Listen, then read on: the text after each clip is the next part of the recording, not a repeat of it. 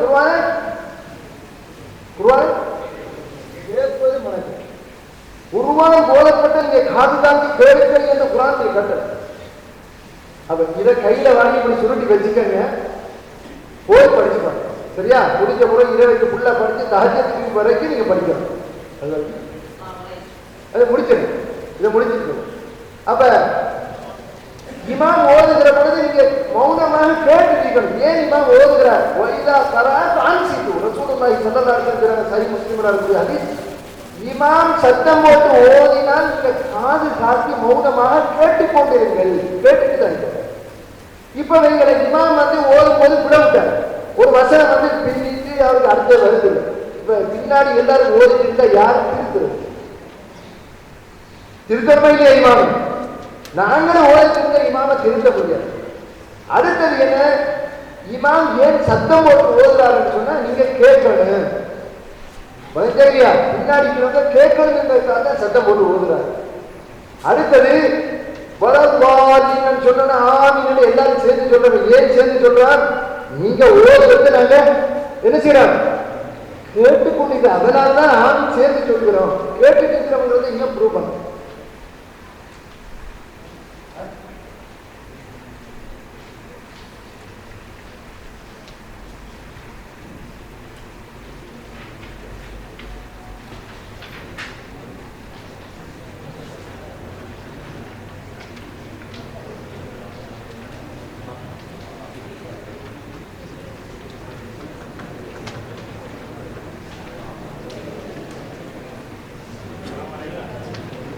அது சரியா?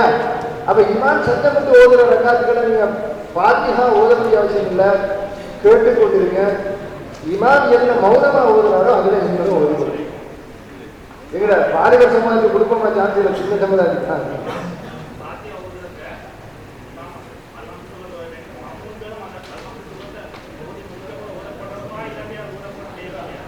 சத்தமிட்டு ஓதுகிற தொழுகைகள்ல ஃபாத்திஹா தொடர்ச்சினா ஓதுவார். ஆமீன் சொல்லுவோம். சொல்லி முடிஞ்சா ஹத்தா ராஜா ரசூலுல்லாஹ் அடுத்த மூச்சு எடுப்பாங்க. மூச்சு எடுக்கிறதோடய அடுத்த சூறா ஓதுவாங்க. ரெண்டு கடையில கெப் இருக்காங்க. அதுதான் சொல்லப்படும். ரெண்டு கடையில கெப் இருக்காங்க. அடுத்த சூறா இமாம் ஆரம்பிச்சுட்டாரு. இமாம் அடுத்தது ஆரம்பிச்சுட்டாருன்னா நாங்க ஓத முடியாது. நாங்க கேட்டுக்கிட்டா எதுக்கு ஓதுறாங்க நாங்க கேட்கறது. சரி, சூரத்துல் ஃபாத்திஹா ஓதப்படாத தொழுகை தொழுகை இல்லை அப்படி ஹதீஸ் வருது. அது என்னன்னு கேட்கிறார். இப்போ ஒரு உதாரணம் சொல்ல போறேன். சபையில யாரும் எழுப்பக்கூடாது. ஆனா யாரு நோட்டீஸ் பண்றாரு, இந்த டியூட் பண்றாரு, அவர் எழுப்பலாம்னு சொல்றாரு. சபையில யாரும் எழுப்பக்கூடாத சட்டம் எல்லாருக்கும் முடியும். அவருக்கு முடியாது, எல்லாருக்கும் முடியும். ஆனா டியூட் பண்றதாக இருந்தா அவருக்கு செய்யலாம், எழுப்பலாம். விதிவிலக்கான சட்டம், அவருக்கு மட்டும் விதிவிலக்கு. இப்ப பாருங்க, ஃபாத்திஹா சூரத் ஓதப்படாத தொழுகை தொழுகை இல்லை. ஜமாத்தோட தொழுதாலும், தனியை தொழுதாலும், வீட்டில் தொழுதாலும், கூட்டாளி எப்படி தொழுதாலும் ஃபாத்திஹா ஓதுதான் தொழணும். அது பொதுவான சட்டம். ஆனா இமாமோட தொழும்போது அதுலயும் இமாம் சத்தமிட்டு ஓதும் போது ரசூலுல்லாஹ் வித்தியாசமான ஒரு சட்டம் போட்டாங்க. என்ன சட்டம்? இமாம் சத்தமிட்டு ஓதினால் நீங்கள் மௌனமாகி விடுங்கள். வாய் திறக்கணும். அன்சித்து வாயை பத்திரிங்க. அன்சித்து ஜும்மால இமாம் மிம்பர்ல பத்துபா ஓதினால் வாய் பத்திரிங்கன்னு வருது. அந்த வார்த்தை வருது. இமாம் ஓதினாலும் நீங்க வாயை பத்திரிங்க. நபிகள் நாயகம் ஸல்லல்லாஹு அலைஹி வஸல்லம் சொன்னாங்க, இமாம் அதுதான் வைக்கப்பட்டிருக்காங்க. சத்தம் போட்டு ஓதினாரா நீங்க வாய் பத்தி இருக்கணும். இப்ப இஷாவுல முன்னிலை சந்தோஷத்துல பாத்தியா ஓதினாரு, முடிஞ்சது அடுத்த சொல்ல ஓதினார். நாங்க இப்ப ஓதணுமா? இங்க வித்தியாசமான ஒரு சட்டத்தை சொல்லுவாங்க. பொதுவா பாத்தி எல்லாரும் ஓதுறீங்க. ஆனா இமாம் சத்தமிட்டு ஓதுற நேரத்தில் நீங்க வாயப்பத்தி நீங்க ஓதக்கூடாது. அங்க அது விதிவிலக்கு தரப்பட்டது. சரியா? அதனால கேட்கிறது தான் பண்ணுங்க. அடுத்த பாருங்க, இமாம் ஓதுறாரு, இவர் ஓதுறாரு. நிறைய பேருக்கு அது குழந்தை போடும். அவர் ஓதும் போது இவர் ஓதுறது பின்னி கொள்வார். கான்சன்ட்ரேஷன் ஓதுறதுல குர்ஆன்ல கவனம் கொடுக்கலாம். இமாமுக்கு பிள்ளை போனா திருத்தறதுக்கு ஏறாது. ஏன்னா இவர் ஓதி கொண்டிருக்கிறார். அப்படி பல பிரச்சனை இருக்கு. அதனால அல்லாஹ் மிகவும் அறிஞர். இந்த கருத்து தான் நாங்கள் முன்னுரிமை பண்றோம். சுத்ரா இல்லாம தொட முடியுமான்னு கேட்கிறாங்க. ஓ, தெரிஞ்சு வரல. தொழும்போது நபிகள் நாயகம் ஸல்லல்லாஹு அலைஹி வஸல்லம் வழக்கம் பொதுவாகவே முன்னாடி ஒரு மனுஷர் குறுக்கால நடக்கிறது பெரிய குற்றம். அதனால பள்ளியுடைய தூண் அல்லது ஏதாவது ஒரு பொருள், ஒரு சாதாரண ஒரு பொருளை முன்னுக்கு வச்சு அதுக்கு பின்னாடி நின்றுதான் நபிகள் நாயகம் ஸல்லல்லாஹு அலைஹி வஸல்லம் சொல்லுவாங்க. மகரிபுடைய தொழுகையில பாங்கு விஷயத்துல பாங்கு சொல்லப்பட்ட சஹாபாக்கள் காடு எபுத்ததிரூன இலா சவாரி, பள்ளிவாசல தூண்களை நோக்கி விரைவாங்க. போய் பள்ளியில தூணுக்கு பின்னாடி சொல்லுவாங்க. ஏன் முன்னாடி ஒன்றும் இல்லாமல் சொல்லும்போது முன்னாடி யாராவது குரோஸ் பண்ணினா அது பெரிய குற்றமா இருக்கு. அப்ப பள்ளிவாசல கூட சஹாபாக்கள் தூணை நோக்கி சொல்லுவாங்க. ரசூலுல்லாஹி ஸல்லல்லாஹு அலைஹி வஸல்லம் சொன்னாங்க, சுத்தரத்தில் இமாமும் இமாம் ஒரு தடை வச்சு தொழுவிச்சாருன்னு சொன்னா மௌமங்களுக்கு அதான் தடை, ஒவ்வொருத்தரும் வச்சு கொள்ள தேவை. இமாமா ஜமாத்தா தொழும்போது கூட இமாம் ஒரு தடை வச்சு ரசூலுல்லாஹ் ஒரு தடி வச்சு கொள்வாங்க. வெளியே போகும்போது அந்த தடியை குத்திட்டு தான் பின்னாடி நின்று தொழுவாங்க. ஒட்டகத்தை படுக்க போட்டு ரசூலுல்லாஹ் உள்ள நின்று தொழுதான். ஒட்டகத்தை படுக்க போட்டு அது ஒரு தடையாக வச்சு பின்னாடி நின்று தொழுதான். எனவே அது வச்சு தொழுவது ஒரு கட்டாயம். சில நேரம் பள்ளிவாசல்களை பார்த்தா போற வர வழியிலே பின்னாடி தக்கரை கட்டுவார், போறவங்க அந்த கதவால போகணும். அப்ப முன்னாடி ஒன்றும் இல்லை. ஏதாவது வச்சிங்கன்னு சொன்னா அங்கால போறது சுத்தம் இல்லை. வைக்காம தொழுதால் போறவருக்கும் சங்கடம், நீங்களும் ஒரு பெரிய குற்றத்தை செய்வீங்கன்னு பாவம். அதனால தொழுகிற பொழுது முன்வரிகளை தூணு சித்தவாய் தொழுங்க. இந்த தூண்களை பிடிச்சி தொழுங்க. அல்லது தொழக்கூடிய உட்கார்ந்து நீக்கிற தொழக்கூடியவர்களுக்கு பின்னாடி தொழுங்க. அப்படி தொழுவதுதான் ரசூலுல்லாஹ்வுடைய வழிகாட்டல். அதை பொதுவாக போயிடுது. வாலிபர்கள் ஏதாவது செய்திக்கலாம், எங்களை வாலிபர்கள் கொஞ்சம் கை கொடுக்கணும். இந்த உங்கள்கிட்ட நிறைய கேள்வி தாரு அவங்கள கொஞ்சம் சான்ஸ் கொடுங்க. அவனா இமாம் பிஸ்மில சத்தம் போட்டு ஓதுமான்னு கேட்குறீங்களா? இமாம் பிஸ்மில மௌனமாக தான் ஓதுவார். நபிகள் நாயகம் ஸல்லல்லாஹு அலைஹி வஸல்லம் பொதுவான வழக்கமே அவுது பிஸ்மில் மௌனமாக ஓதுவாங்க. ஃபாத்திஹா சொல்றதை சத்தம் மட்டும் ஓதுவார்கள். அதான் பொதுவான செய்தி. அதுதான் நாங்கள் இங்கே ஃபாலோ பண்ணிருக்கோம்.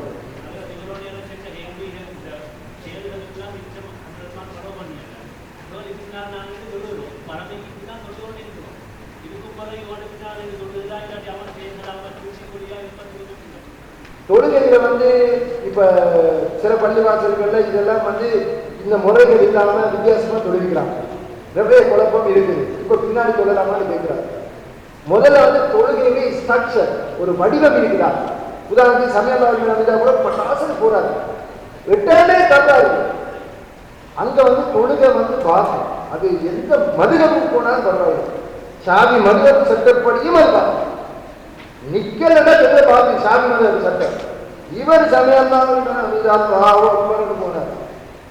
இவர் தொழுகை பார்த்து தொழுகையுடைய அந்த அமைதி நிதானம் இல்லாம தொழுவிச்சாருன்னு சொன்னா அவருக்கு பின்னாடி எப்படியும் தொழையிறார். எங்களுக்கு தொழுகையுடைய நிதானம் இருக்கணும்.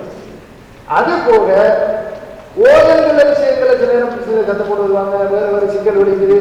அந்த விஷயங்கள் எங்களுக்கு பிரச்சனை வராது. நாங்க ஒரு கருத்து வைக்கிறோம். அந்த கருத்தை அவர் வேறு நிலைப்பாட்டில் இருந்தால் எங்களுக்கு தொழுகையுடைய விஷயத்துல பாதிக்கிறோம். எங்களுக்கு தொழுகை பாதிக்கிறோம். அல்லாஹ் மிகவும் பாதிக்கிறோம்.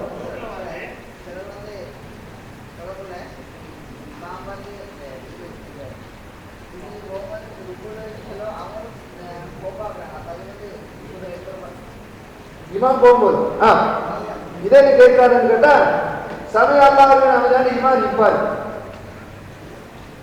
மாமூன்கள் இருக்காங்களா, நீ முக்கியா நான் முக்கியா நிற்பாங்க. இமாம் போவீங்களா நாங்க போவான்னு கேட்டு நிற்பாங்க. பள்ளிவாசல் இமாம் கொஞ்சம் அமைதியா நின்றாருன்னு இவர் கொஞ்ச நேரம் நின்றா எல்லாரும் இப்படி இப்படி பண்ணிப்பாங்க. சிலருக்கு புரிஞ்சு தீப்பாங்க கேட்டு இமாம் புரியும் போது இவங்க சுற்றி போயிருப்பாங்க. வேண்டாம் ரொம்ப வெயிட் பண்ணிட்டார் இமாம்னு சொல்லி ரொம்ப இந்த மாதிரி நிறைய நடக்குது. இமாம் அவசரமா போனா எல்லாரும் போவாங்க. இமாம் கொஞ்சம் வெயிட் பண்ணினா எல்லாருக்கும் குடிஞ்சு நிமிடுவாங்க. இமாம் அல்லாஹ் போல அவங்க போயிடுவாங்க. நபிகள் நாயகம் ஸல்லல்லாஹு அலைஹி வஸல்லம் சொன்னாங்க, தொழுகையில இமாமை முந்தி சுஜூதில் இருந்து தலையை உயர்த்துபவர்கள் அவர்களுடைய தலைகள் கியாமத்தினாலே கழுதை தலையாக மாற்றப்படுவதை அஞ்சிக் கொள்ளட்டும் என்று சொன்னார்கள் ஸல்லல்லாஹு அலைஹி வஸல்லம். இமாமை முந்துறது ஒரு பெரிய குற்றம். இமாமை முந்தக்கூடாது. இமாம் சஹாபாக்களை பற்றி வருது. நபிகள் நாயகம் சஹாபாக்கள் சொல்கிறார்கள், நபிகள் நாயகம் ஸல்லல்லாஹு அலைஹி வஸல்லம் சுஜூதுக்கு போய்விட்டார்கள் என்று உறுதியாக தெரியும் வரைக்கும் சுஜூதுக்காக குனியவே மாட்டார்கள், நிற்பாங்க. இமாம் சுஜூதுக்கு போயிட்ட பிறகுதான் சுஜூதுக்கு போவாங்க. அந்த அளவுக்கு அந்த விஷயத்துல நிறைய பள்ளிவாசல்கள் கூடாது. இமாம் அல்லாஹ் போது அங்க மாமூன்கள் கொஞ்சம் பேர் சுஜூதுல. இது உண்மையிலே பல பள்ளிவாசல்ல நடக்குது. தவிர்க்கப்பட வேண்டியது. நாங்க அமைதியா நிதானமா இமாம் போறவங்களோ அழகா போகும். சரியா? கொஞ்சம் வாலிபர்களுக்கு கொஞ்சம் இடம் கொடுங்க. நீங்களும் நிறைய கேட்டீங்களோ.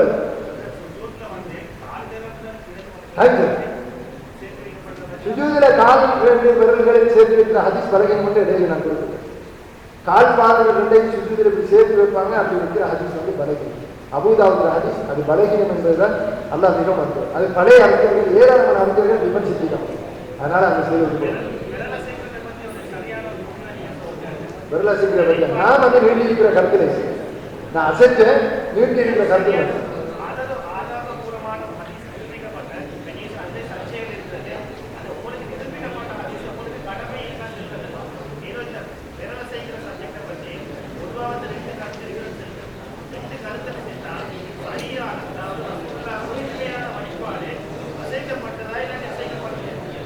அதுலதான் இப்ப ஆய்வு பண்ணி நான் ஒரு கருத்துக்கு வந்தேன். 2 பக்கத்து செய்தியை நீங்க பாக்கணும். ஒரு கருத்துல ஆதாரபூர்வமான 2 கருத்து வந்தா 2 பக்கத்தை பாருங்க. எது சரியான தோணுதோ பின்பற்றுங்க. அல்லாஹ் குர்ஆனில் காட்டுகிறான் சொல்லப்படுகிற செய்திகளில் மிக சிறந்ததை கேட்டு மிக சிறந்ததை பின்பற்றுவர்களுக்கு நபியே நச்சை சொல்லுங்க. 2 செய்தி வருது. பலகீனம் என்ற ஒரு முடிவு வருது. உதாரணமா வித்துனுடைய கோவில் விஷயத்துல இருக்கின்ற ஒரு கூட்டம் இல்லைன்னு ஒரு நிலைப்பாடு குர்ஆன் சாயில வந்திருக்கு. 2ல எது சரியான தோணுதோ 2 கருத்தை பாருங்க. அந்த மாதிரி ஆய்வுகளுக்கு உட்பட்ட விஷயங்களை எது சரியான தோணுதோ பின்பற்றுங்க. விஷாலா இந்த தலைப்புல தனியா போகிறாரு நேரம் இல்லை. 10 மணி நேரம் தம்பிக்கா விஷாலா முடிச்சு கொள்வோம். ஏதாவது மேலதிகமான விஷயங்கள் இருந்தால் மாற்றத்துக்கு இடம் ஒன்று சொல்லியிருந்தோம். அந்த செய்தியை சொல்லிடுவான். அந்த 1ஆம் ரக்காத்திலிருந்து 3ஆம் ரக்காத்துக்கு எழும்பும் போது அமர்ந்து எழும்பணும்னு சொல்லியிருந்தேன். சில கட்டங்களை நபிகள் நாயகம் ஸல்லல்லாஹு அலைஹி வஸல்லம் உட்காராமலும் எழுதினார்கள் ஒரு சில நேரங்கள்.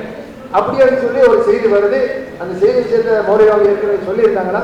அந்த செய்தியை இந்த இடத்துல ஒரு சொல்லணும் என்று வேண்டிக் கொண்டார். இன்ஷா அல்லாஹ் அந்த செய்தியை சொல்லிக்கொண்டேன். கடைசியா புரிஞ்சு கொள்ள கரண்டை காலையில உடுத்துக்கொண்டு சொல்லலாமான்னு கேட்காரு. தொழுகைக்கு வெளியிடும் கரண்டை காலையில உடுக்கிற விஷயமாக பொதுவாக நாயகம் ஸல்லல்லாஹு அலைஹி வஸல்லம் அந்த சமயம் எச்சரிக்கிறாங்க. அது கரண்டைக்கு கீழே உடுக்கிற விஷயமாக எச்சரிக்கிறதுனால தொழுகை மட்டுமில்லை பொதுவாகவே அந்த விஷயத்தை நீங்க என்ன செய்யுங்க. அதுல எச்சரிக்கை விபரமாக்குள்ள நேரம் பத்துல நிறைய பேர் பச்சு வைப்பாங்க.